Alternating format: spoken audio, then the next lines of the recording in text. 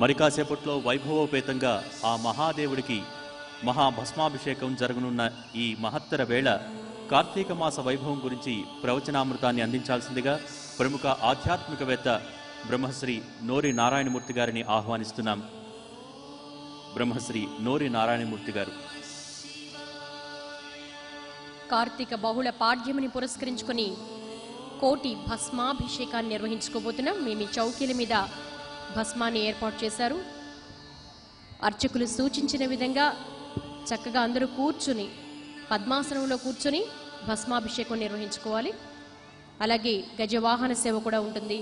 ఆధ్యాత్మికవేత్తల ప్రవచనామృతాన్ని అందించడానికి వేదిక మీద సిద్ధంగా ఉన్నారు. వారిని ప్రారంభించవలసిందిగా కోరుతున్నాం.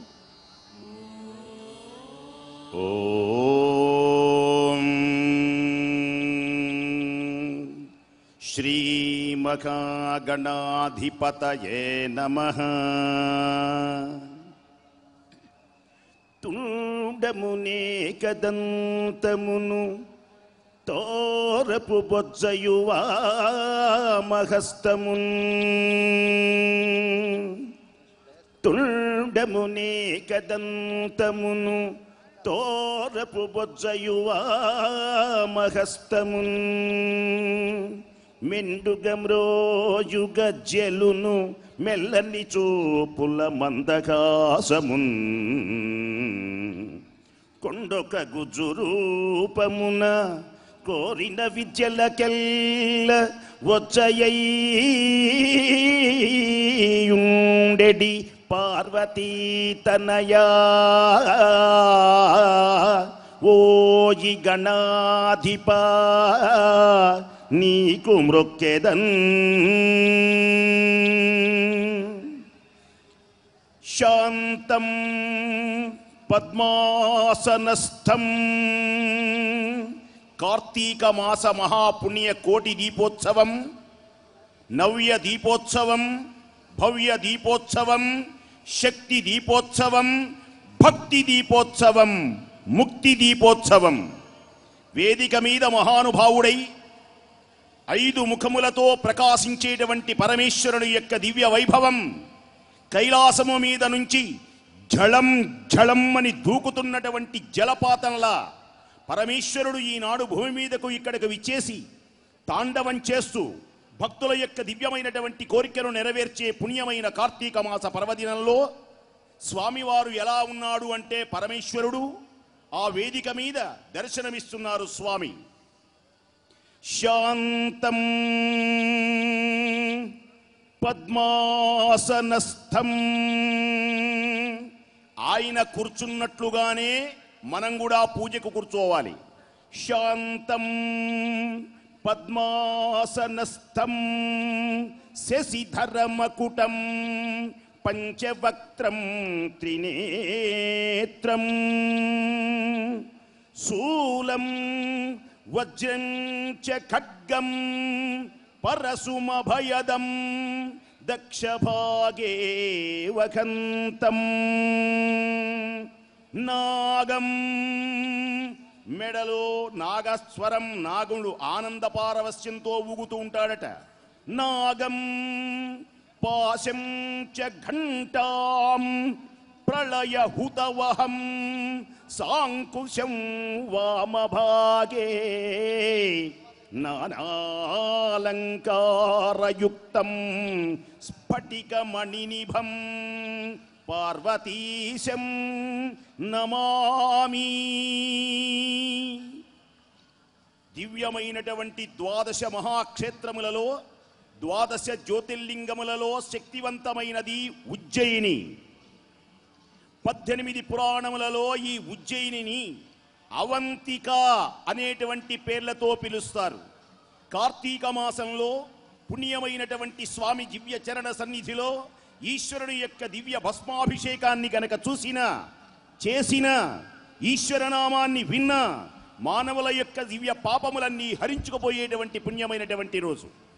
అయోధ్య, మధుర, మాయ, కాశీ, కాంచీ, అవంతిక, పురీ, ద్వారవతీ చైవ సప్తైతే మోక్షదాయకాః. ఏ అవంతిక నగరాన్ని ఆర్థిక సామాజిక సాంస్కృతిక వైభవాన్ని చాటిందో పుణ్యమైనటువంటి ఆ అవంతికయే ఈనాడు ఉజ్జయిని అనేటువంటి పేరుతో వర్ధిల్లుతుంది. 12 జ్యోతిర్లింగములలో మహాకాళేశ్వరునిగా, అష్టాదశ పీఠములలో మహాకాళీగా అమ్మవారు అవతరించిన పుణ్యమైనటువంటి ప్రదేశం ఈనాడు ఇక్కడ దర్శనమిస్తున్నది. కోటి దీపోత్సవంలో కార్తీక మాస పర్వదినంలో ఆ గగన మార్గాన చందమామ తొంగి తొంగి చూసి నిండై ఆనందించేటువంటి పుణ్య సమయమునందు స్వామివారి యొక్క దివ్య ఆశీస్సులు పొందేటువంటి మహోన్నత సమయము ఇదే. ఓం చితాభస్మం. చేతులు రెండు ఇలా జోడించి వేదిక మీదనే చూడండి. ఇవేల్టితో పాపాలన్నీ పోయినాయి. మహామంత్రం భస్మాన్ని రాసుకునేటప్పుడు గాని, భస్మాన్ని అభిషేకం చేసేటప్పుడు గాని పఠించవలసిన దివ్య పునీత సుందర మహోన్నత పరమ పావనమైన మహామృత్యుంజయ మంత్రం, దివ్యమైనటువంటి మంత్రం. త్ర్యంబకం యజామహే సుగంధిం పుష్టివర్ధనం ఉర్వారుకమివ బంధనాన్ మృత్యోర్ముక్షీయమామృతాత్ యో రుద్రో అగ్నో యో అప్సు యహోషధీషు యో రుద్రో విశ్వ భువన వివేశ తస్మై రుద్రాయ నమోస్తు. రుద్రుడు అంటేనే సంసారం అనేటువంటి దుఃఖములన్నీ పోగొట్టగలిగేటువంటి మహానుభావుని కార్తీక మాస పర్వదినములలో దివ్యమైనటువంటి మహోన్నతమైనటువంటి భస్మభూషితుడై ప్రకాశిస్తాడు ఆ పరమేశ్వరుడు ఈనాడు. అలాంటి పుణ్యమైనటువంటి అవంతిక, భోజరాజు పరిపాలించినటువంటి అవంతిక రాజ్యమే ఉజ్జయిని. ఈశ్వరుడు ప్రత్యక్షమైనటువంటి పుణ్యమైనటువంటి క్షేత్రమే ఉజ్జయిని. ఒక సామాన్యమైనటువంటి గొర్రెల కాపరిని కవి కుల గురువుగా కాళిదాసుగా తీర్చిదిద్దిన పుణ్యమైనటువంటి అమ్మవారు ఈ ఉజ్జయినిలోనే ఉన్నది గనక ఆ అమ్మవారు కూడా ఇక్కడకు విచ్చేసినటువంటి పుణ్యమైనటువంటి సమయం, మహోన్నతమైనటువంటి సమయం ఈ దివ్యమైనటువంటి కార్తీక మాస పర్వదినం. సమస్త పాపములన్నీ తొలగించేటువంటి ఉజ్జయిని. ఉజ్జయిని అంటేనే మహా గొప్పది.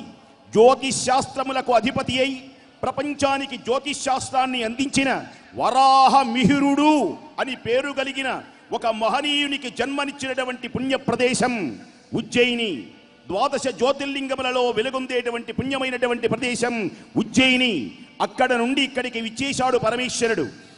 జటాకటాహ సంభ్రమ భ్రమన్నిలింప నిర్ఝరి ధళ ధళ ధళ ధళ ధళ ధళ దూకుతున్నటువంటి గంగా జలంతో జటాజూటుడై శివుడు ప్రత్యక్షమై మనకు వరములు ఇచ్చేటువంటి పుణ్యమైనటువంటి సమయం ఈ కార్తీక మాసం.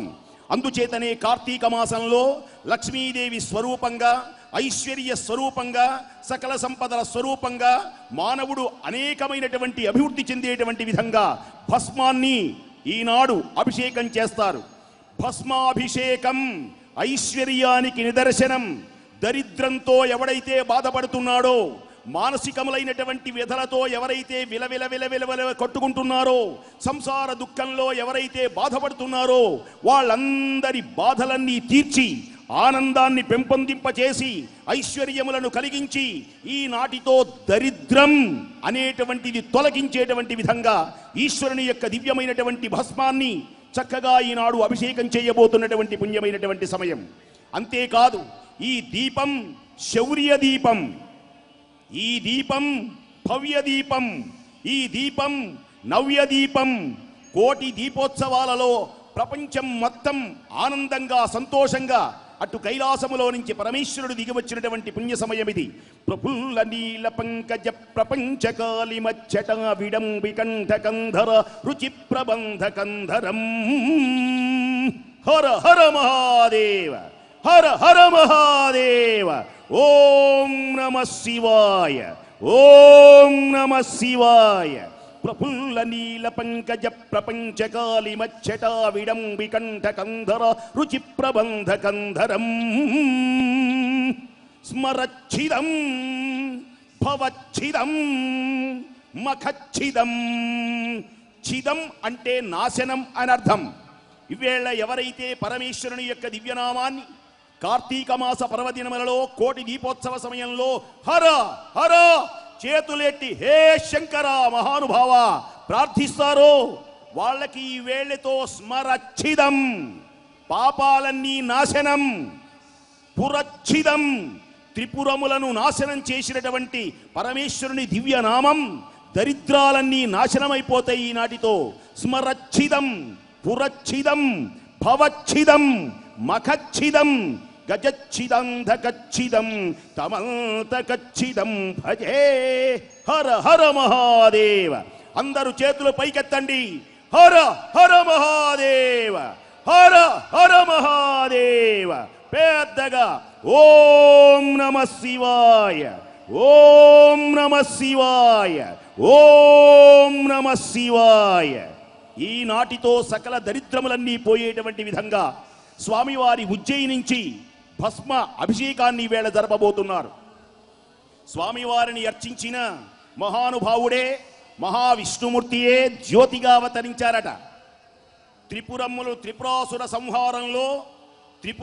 సంహారంలో మహావిష్ణుమూర్తి పినాకము అని పేరు కలిగినటువంటి శివుని యొక్క ధనస్సులో బాణమై అచ్యుతుడే అనలమై కణ కణ కణ కణ కణ కణ మంటలు మండుతూ ఆ బాణమే మహానుభావుడైన విష్ణుదేవుడై జ్యోతి స్వరూపి అయి ఒక్కసారి ఆ త్రిపురాసుర సంహారాన్ని ఫేళ ఫేళ ఫేళ ఓట్టేటప్పటిగా 3 పర్వతాలు గిరగిరగిరగిర తిరిగి ధామ్మని అలా పగిలిపోయినాయి.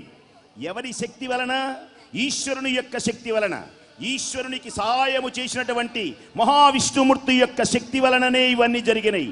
రత్నశానుశరాసనం, రత్నశానుశరాసనం, శరాసనం అంటే ధనువు అన్నమాట. రత్నశానుశరాసనం రజితాద్రిశృంగ నికేతనం సింజనీకృత పన్నగేశ్వరం అచ్యుతానల సాయకం. అచ్యుతుడే సాయకమైనాడు, అచ్యుతుడే బాణమైనాడు.